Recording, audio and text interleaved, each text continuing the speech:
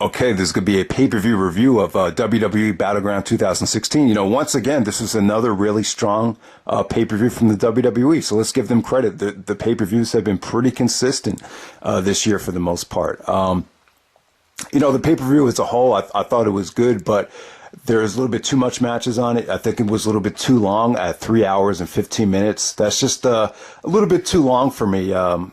And I just think the pay-per-view would have been more enjoyable if they cut it down to 2.5 hours. See, a lot of the stuff on the show I thought they could have saved for the pre-show, to be completely honest with you. But, yeah, we still had some gems throughout this whole card. So, first match of the night, you had Charlotte and Dana tagging up to take on Sasha Banks and a mystery partner. Ended up being Bayley. Just a monstrous, huge ovation. Even before Bayley got out there, there was just a huge buzz in the air. And, to see Bayley and Sasha team up was, it was awesome. The crowd was incredible here. This was a beautiful way to start off the pay-per-view. The match didn't go into overkill mode, and it really, the job of this match is just to kind of, get you excited for SummerSlam when Sasha takes on Charlotte. So there we go with that. Just a good, solid opener right there. I think the women's division is going to explode this year. And hopefully Sasha does become champion at SummerSlam. So there we go. And then next up, we had the New Day taking on the Wyatt family.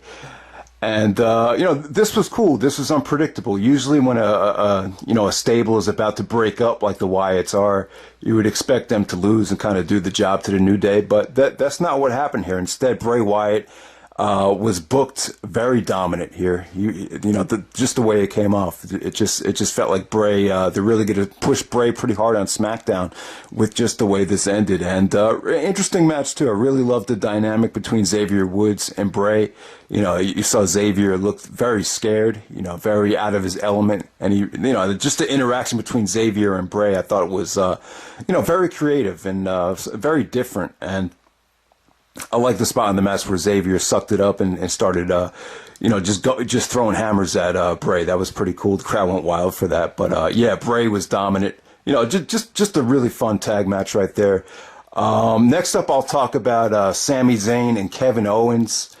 Supposedly this is going to be the blow-off match, but if they're both going to stay on Raw, why not just have one more match at SummerSlam? Maybe like a fight without honor, or some type of street fight stipulation to blow it all off.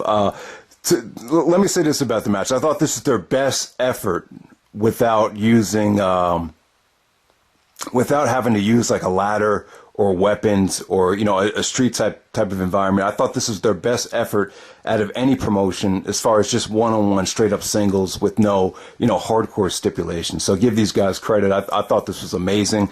I thought this was the match of the night. I thought this was even better than their match from, I believe it was from Payback. So yeah, man, just great stuff. Really interesting spot in the match when Sami actually went for an Asai moonsault. It looked like he botched it and landed on his arm, elbow, or maybe even part of his shoulder, re-injured his shoulder. And Owens went right to work on the arm. So I don't know. These guys are so good in the ring. It's just kind of tough to tell when there's a botch or if the botch was actually part of the match or planned.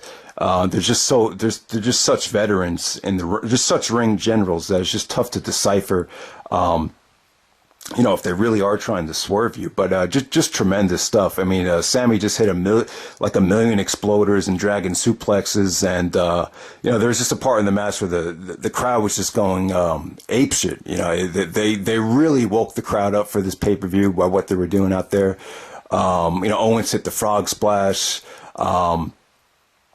The creativity that these guys have is unparalleled. And, they're good. Obviously, I think when you're good friends like these guys are, they're pretty much brothers. You basically, it just makes it so much easier to work together. It probably eliminates a certain anxiety that a lot of guys have if they don't know each other that well. And so, they're just so creative. And this was just another masterpiece from these two guys. And I hope this isn't their last match. I hope maybe they have a farewell match, or not a farewell match, but, a blow-off match at SummerSlam.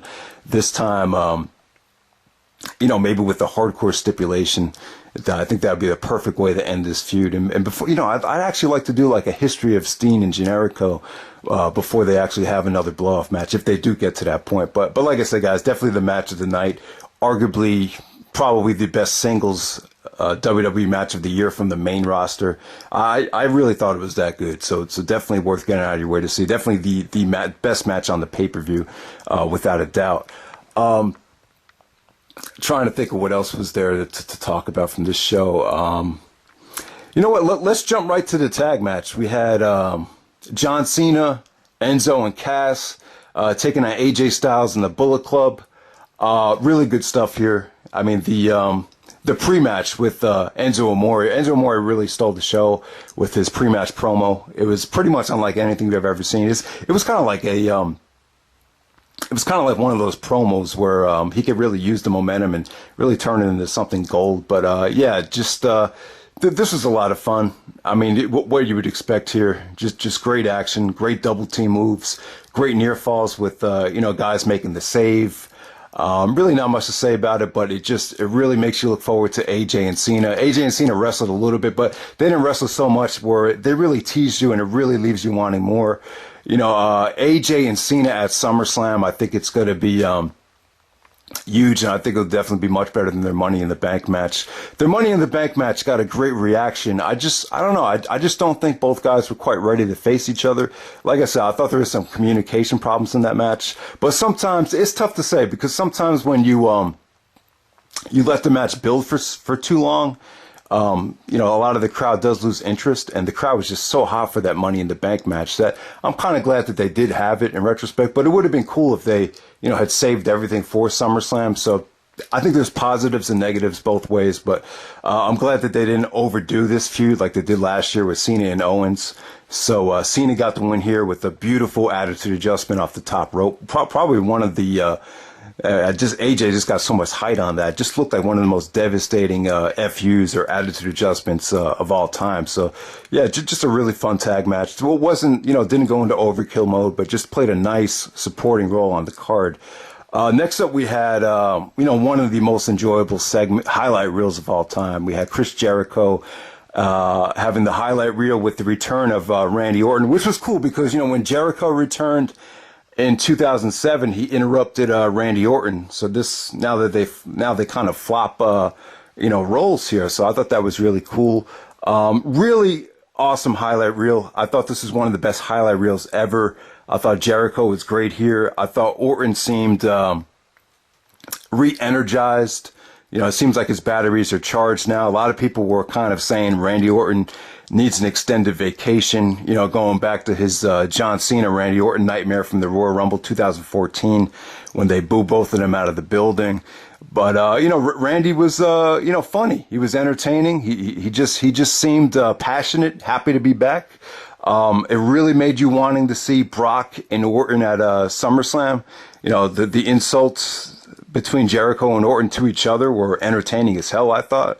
Orton said that, he reminded him of Ellen DeGeneres, who's basically a lesbian that runs her own talk show, so I thought that was funny. Basically Jericho said that, he's scared of Brock because he's been ducking him for 15 years. And, there might be some legitimacy to that, because Brock is a UFC animal, a legit, fighting machine.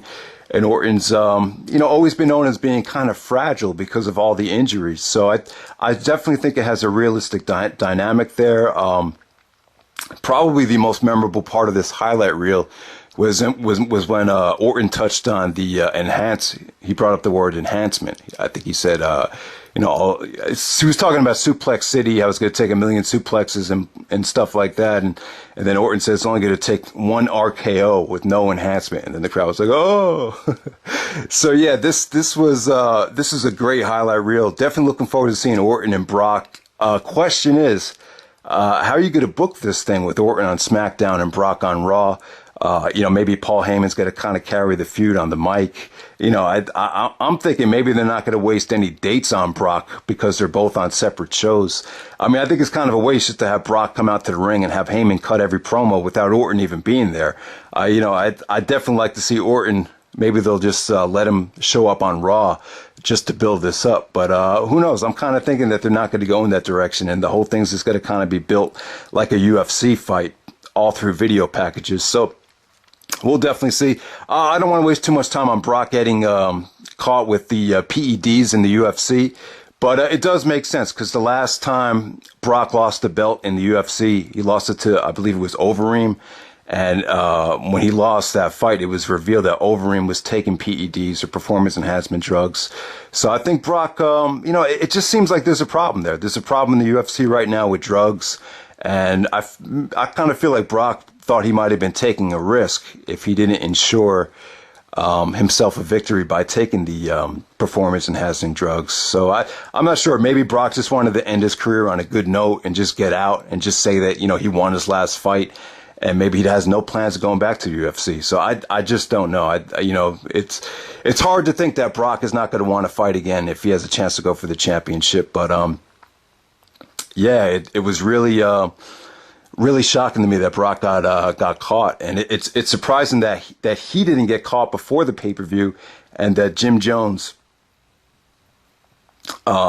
did get caught before the pay-per-view and was pulled from the pay-per-view. So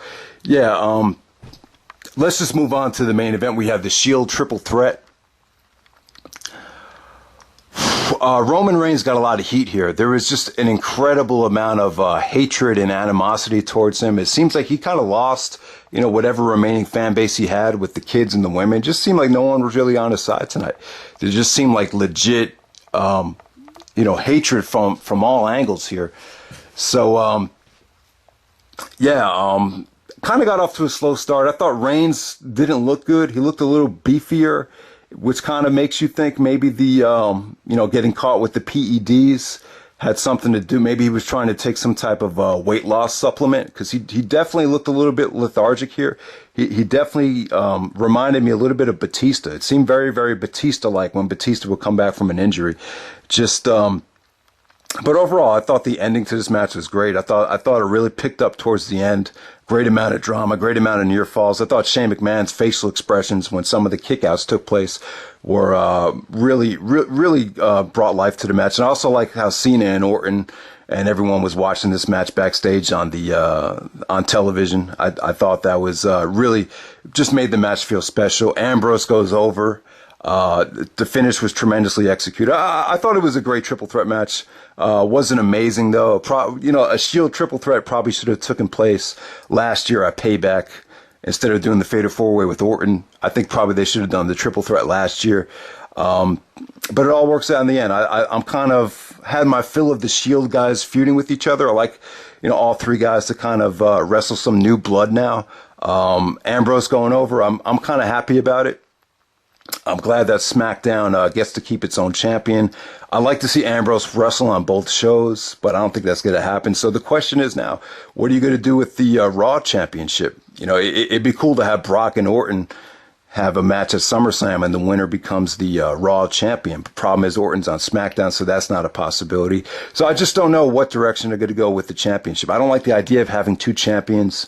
But it leaves you a lot of questions, a lot of question marks about what they're going to do with the championship on Raw.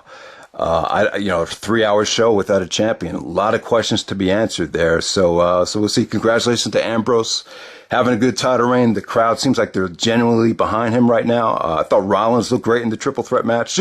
Just a really good triple threat that I thought kind of got off to a slow start, but it got better as it went on. And I wasn't that impressed with Roman Reigns. I think Reigns is going to have a really tough time trying to get back that WrestleMania payday spot. So we'll see what happens. Thanks for watching, guys. Take care.